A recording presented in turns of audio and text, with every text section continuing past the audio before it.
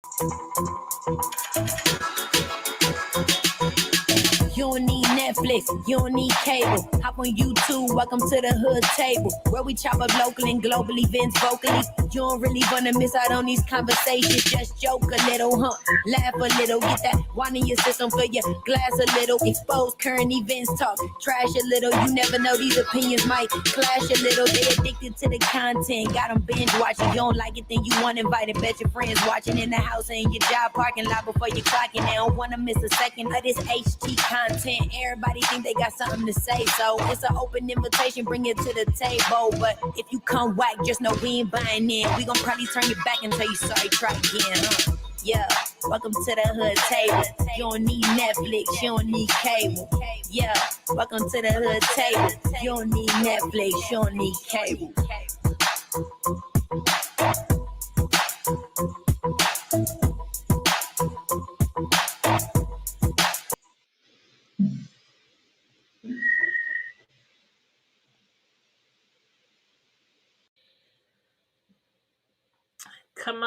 Come on in, my good peoples.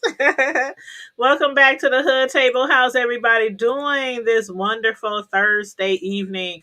I hope all is well for everyone. Make sure when you come in, make sure you hit the like button, the subscribe button if you're not already subscribed, and feel free to share the video if you like. Thank you so much. Also, as always, donations are not required, but they are always appreciated. So if you want to donate to the Hood Table, pew, right there. But anyway, you guys, let's get started on this review. I'm gonna try to do this really quickly because somebody else, another YouTuber, has invited me to be on their platform tonight. Miss Sislo Newsworthy Updates. If you're not subscribed to her, that is my sister from another mister. She always comes over here and graces our platform with her presence. So I will be over there a little later this evening. So anyway, we're going to be reviewing season 13, episode 6 of The Real Housewives of Atlanta. And the title of the episode was called The Giving Peach. And as usual, whenever I do a review, feel free to put your comments about the show regarding the people, the characters, the storyline, anything in the comment section below. Thank you so much. But we are going to start off with Drew, Ralph, and her mother, Pastor Jeanette, the beautiful, the lovely Pastor Jeanette. So it looks like the married couple's relationship is doing much better these days. Although I wish I could say it was all because of the therapy that they've been receiving instead of therapy and a death in the family. Now, Ralph's father recently passed away unexpectedly. Ralph said he could have never imagined, that happening, his father passing so suddenly. And we all know so well how grief can either make or break a relationship. Because sometimes grief brings about a healing, by forcing people to recognize all those around you, recognizing everybody who's in your corner, those who are really there for you. But it can also, reveal how precious time and life is to us as well, to make us appreciate things more. On the flip side, it can also, sometimes break a relationship because some people grieve so hard that they shut everybody out and crawl into a very dark place that they can sometimes see, it might be hard to bring themselves out of a very dark place. So yeah, it goes either way. It goes either way. But in this case, I am so glad that Drew and her husband seem to be getting along pretty well. And it also seems like her mother, Pastor Jeanette, feels the exact same way. Because we know if something is wrong up in that household, the pastor is not going to hold back with her opinions. But anyway, hopefully the loving moment that they are, sharing right now can linger on at least until the end of this season. So we shall see. But as far as Candy, Riley, their storylines, Riley is off to college. One more again, y'all. One more again. Let's give a shout out and congrats to Riley. She has, oh my God, these people on this show, they have some wonderful, wonderful children. They have raised some wonderful, wonderful children. So shout out to Candy, Todd, Riley, everybody who played a part in Riley's life for making sure that she gets off to college. And I wish you nothing but the very best experience you can possibly have while away from home, little Riley. But on another note, what's up with people telling Candy or any mother for that matter not to go after their child's father for child support? Now, I done told y'all this story before, how I have a guy friend. He owed a lot of child support, a lot of back child support. And once his children grew up and got grown, he asked his child's mother to petition the courts to dismiss the arrearages or, the back pay. Now, I don't know how much convincing it took him, if any. She could have been like, oh, okay, I'll probably never get it from him anyway. What the hell? Or she could have, needed some convincing. But either way, she did release him from the large child support debt that he had. Now, my friend asked me, would I ever do that? For my son's fathers. And I said, hell to the no. Hell to the no. But that's just me. I'm just like, you help create this child, and if you have to die with that debt hanging over your head, looming over your head, hanging on your back, I'm not letting you off. No way, no how, not today, not tomorrow, not ever. And I'm coming from a personal experience with my reasons. I am a single parent. I have been a single parent. I have two sons by two different guys. One of those guys spent a lot more time in one of my son's lives than the other dad spent in my other child's life, but they still was there. They still was present, but one did spend a lot more time than the other one. One tended to have jobs more frequent than the other. So one of them was able to keep up with their support more often than the other. But still, they both, played a part in each of their child's lives. But I could never see myself, regardless of how much time they spend in their life or how much money they might owe or might not owe, just letting them go. Like, again, it takes two to tango. It takes two to tango. And I don't think any person, whether it's a man or woman, should be not forced, or should I say, to take care of their responsibilities. And no matter how much the custodial parent, and we know Candy Girl makes some moolah, makes some coinage, but like she said, her baby's father, Riley's dad, he made millions too in his lifetime. He made millions. But I think sometimes that comes with being bitter. I don't know the, exact reason behind everything they went through. But when you have millions like that, you refuse to pay child support, regardless of how much the custodial parent makes, that's senseless to me. That's senseless. So that again does not excuse, the other parent from the responsibilities. But moving right along. CBD-19 is also still running rampant throughout our nation, throughout the country, throughout the world. So I would like to say kudos to the ladies. Shout out to Candy. And the ladies, they did a great job, their volunteer efforts during CBD-19. Candy and her Candy Care Foundation fed 549 households. You know how many cars that is driving through? That's a lot of traffic, a lot of bags, a lot of stuff in bags, and they were getting everything. They was getting food, canned goods, produce, fresh vegetables, fresh fruit. They went to the farmer's market that morning. They got milk, they got juice, they got bread, they got everything that they could need. You know what I'm saying? And a couple bags of food is not going to feed you for the whole month, but it helps out, and a lot of people do appreciate it. We had them all darn near all last summer, last fall, from downtown to West Omaha, North Omaha, to at school buildings, at the malls, in the parking lots, everywhere, giving out free food during the CBD-19. So again, shout out to you ladies for doing your part and volunteering. But I don't know how much all of the ladies made, but I don't know how much all the ladies might have donated, but some of the ladies did also donate from their pocketbooks. They was emptying their pocketbooks as well as volunteering. I don't know how much maybe Cynthia or Kenya, or I don't know how much they gave, but we do know Portia gave 5,000. We do know Marlo gave 5,000. And of course, oh hey Naz, Kenya. She always got something to say. First she started off, Portia's here. Portia's on time for her photo shoot. She always thinks that Portia does everything for a photo shoot, including her, her activism all last summer. For the Breonna Taylor movement, Black Lives Matter. She thinks that Portia's always just doing something for the spotlight. So of course she has something to say about that. Then she also has something to say about Marlo when Marlo gave Candy her $5,000. Talking about Marlo must have gotten a big tip from her sugar daddy.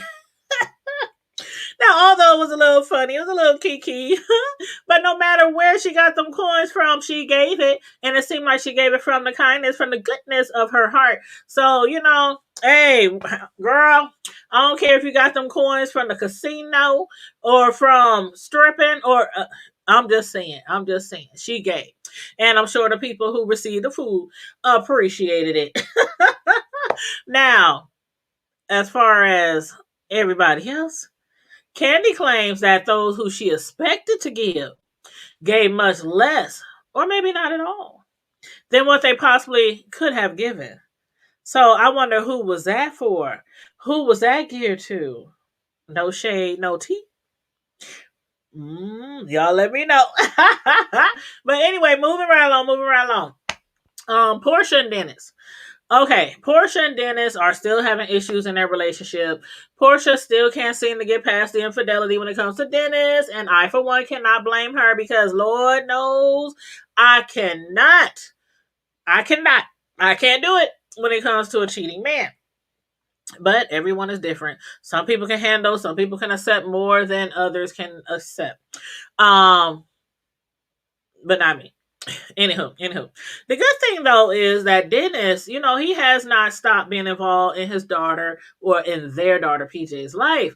I done heard on more than one occasion, on more than one episode, including this episode, how Dennis still spends quality time with his daughter. So it don't seem like he's a deadbeat, them that just break up with the baby mama and they don't pay no child support. They don't pay, spend no time with their kids like some other fathers in this show that we already previously spoke about. But not that he needs to be praised either. Not that he needs to be praised because again, you should take care of your responsibility. It takes two. I just thought I mentioned, how it seems like he's still, being father, doing his daddy duties.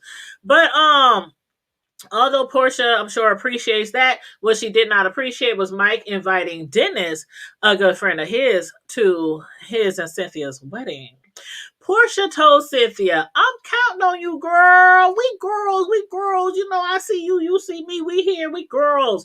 So I'm counting on you to use your coochie credits to convince your man not to invite my baby daddy to y'all wedding. But good or bad coochie, Mike ain't about to be as petty as these ladies can be. Shoot. Portia also mentioned to the ladies, at Candy's event, how she felt about the matter as well. Mike, turns out he decided, yeah, I'm going to invite Dennis. I am. And so long as Portia doesn't invite a mate, doesn't invite a date, everything should go fine. So therefore, Dennis gets to come against Portia's wishes. But Portia, she said, why am I on restrictions? She can't bring a date. So I'm assuming that Dennis isn't going to bring a date either, just so there won't be no bad blood, at the wedding. But anyway, Dennis is invited to the wedding. Portia, might as well get on ready. Wear something cute. Give him something that, he's missing. Let him see what he's missing. Dress up real cute. Not better than the bride now.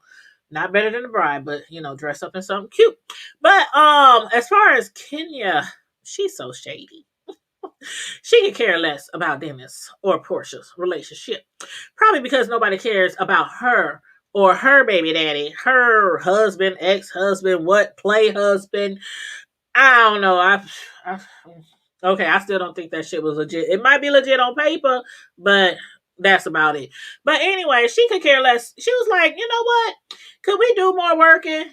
instead of discussing you and Dennis, because this is a Candy's Caravan, and Portia, no one cares about you and Dennis, nor if Dennis attends the wedding or not. Ooh, Kenya, boy, she a mess. She a mess. But anyway, Kenya continued to downplay Portia's feelings. She was saying stuff like she doesn't see Dennis coming, as an issue, which I think nobody else really saw it as an issue anyway. But was Kenya on to something, y'all? Like the way she was emphasizing how Portia and Dennis they keep breaking up, they make up, they split up, they get back together to the point where no one can take them seriously. I have friends like that. Mm-hmm. Friends and family. hmm They break up Monday, back together Saturday, break up Tuesday, back together Sunday, break up, and then they be talking about the man. Oh, he ain't this, he ain't this. I'm sick of this, I'm sick of this. Then 2 days later, they back together again, and you see them on Facebook kikiing and at a mall or at a restaurant or something. Then a few days later, they back on Facebook. I'm glad I'm single. I'm single, ready to mingle. You know what I'm saying? You can't take them seriously. Now, that actually had me wondering, is the breakup storyline between Portia and Dennis real or not? We do that they broke up. We do know that. We do know that there was an affair, infidelity, or whatnot. But are they still broken up? Like, are y'all really broke up, Portia? Come on, tell the truth. Spill the tea, girl. I don't know, y'all. But Kenya seems to believe that the two are getting along just fine, which is why she said nobody really cares if Dennis comes to the wedding or not. So y'all let me know what y'all think about that one. As far as Cynthia though and Mike, this episode, Cynthia, she has several issues, including how many people RSVP to their wedding. Due to CBD-19, we know that a lot of places were limited. You can only have so many people because they don't have full staff, and a lot of different, from restaurants to venues, all kind of places. And so Cynthia, when they sent out the invites, they didn't expect a lot of people. They knew there would be people coming, people who would love to come. They knew there would be people coming, but they didn't assume so many people would actually say they are coming. So they got all these RSVPs. Cynthia's like, what we gonna do, child? What we gonna do to accommodate? But anywho, a lot of people, including me, prefer not to travel right now. So that's another reason why they didn't think a lot of people would RSVP and say they're coming. Because if I do travel, or should I say, if I absolutely have to travel, it wouldn't be by airplane. It would be by car. I'll be on the highways and the byways instead of confined to a little seat on an airplane. So, in the midst of the CBD-19, they just weren't, looking towards or, believing that a lot of people would come. But regardless, I'm sure they're going to make it do what it do. But, however, that was the least of her worries. Now, some people might disagree with me, and I'm all about agreeing to disagree at the hood table. When you come and sit at the hood table, we can always agree to disagree.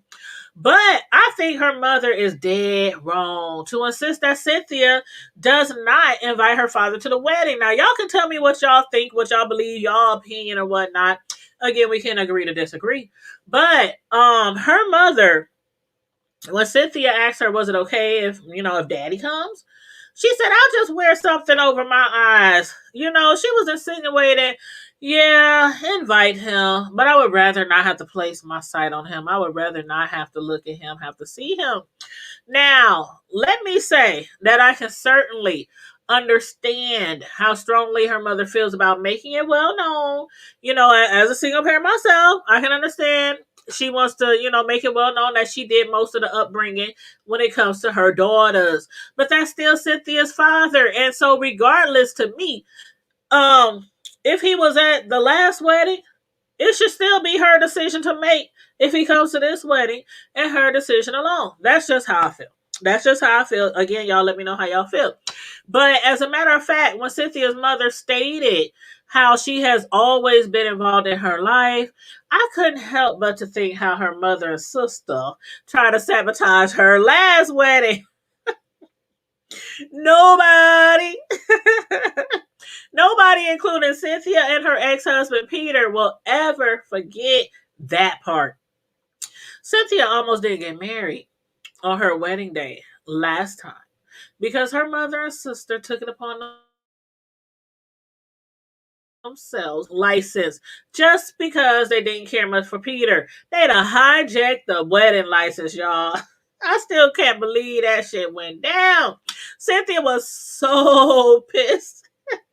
And Peter, he was pissed as well. Like, how y'all gonna still, Okay, but anywho, I can definitely recognize a loving mother. I can. I really can. But I can also recognize a controlling mother as well. And her mother is very controlling. Now, Cynthia's sister seemed to be in favor of her father attending the wedding. She's like, that's still her father. Matter of fact, she surprised their mother when she said she still has a relationship with him. She still keeps in contact with him. She made a point to say, not as much as with you, Mom, but that's still my dad. But Cynthia's daughter, Noelle, on the other hand, was siding with her grandma. And even with Noelle stating that she grew up, with her grandmother more present in her life than her grandfather, I still believe that Cynthia should be the deciding factor. It's her wedding. How you gonna tell a child not to invite their father? You only have one father, and normally I would say you only get married once, but we know that not to be true. Some people get married 3, 4, 5, 11 times. But still, you would think that each event is precious and sacred and memorable. You know what I mean? So I still agree that she should be allowed to, invite her dad. But who am I? I'm just a viewer with an opinion. Little old me. But anywho, y'all let me know how y'all feel about that and all the other storylines that went on in the show. And make sure you like the video again and share the video. And if you are not subscribed to the Hood Table, make sure you subscribe to the Hood Table and follow us on Facebook, IG, Twitter, Stereo. And we have our own website, thehoodtable.com. And on that note, everybody stay safe, be blessed, remain vigilant at all times, especially during the CBD-19. And remember, keep it hood. Bye.